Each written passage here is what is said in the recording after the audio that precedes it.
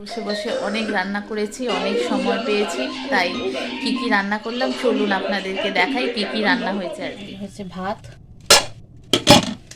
আজকে অনেক কিছু রান্না হয়েছে। আজকে ভাত হয়েছে, আর এটা হয়েছে আলু শাক দিয়ে মাছের ঝাল।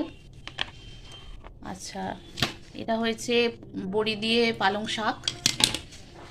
আচ্ছা, এখানে এটা হয়েছে বেগুন পোড়া, তাতে বড়ি, আলু, পেঁয়াজ, কাঁচা লঙ্কা, ধনেপাতা সব দিয়ে মাখা। আচ্ছা,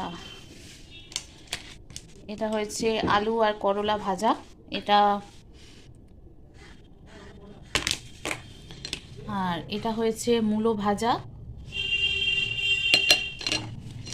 আর এটা হয়েছে আমার পেঁপে সেদ্ধ। তাহলে আজকে দেখুন আমি বসে বসে কত কিছু রান্না করেছি। দেখুন এইটা এইটা এইটা, এখানে বেগুন, এখানে পালং শাক, এখানে মাছের ঝাল। আজকে বসে বসে ইচ্ছা হয়েছে, আজকে প্রচুর রান্না করেছি এই সব খাবারগুলো।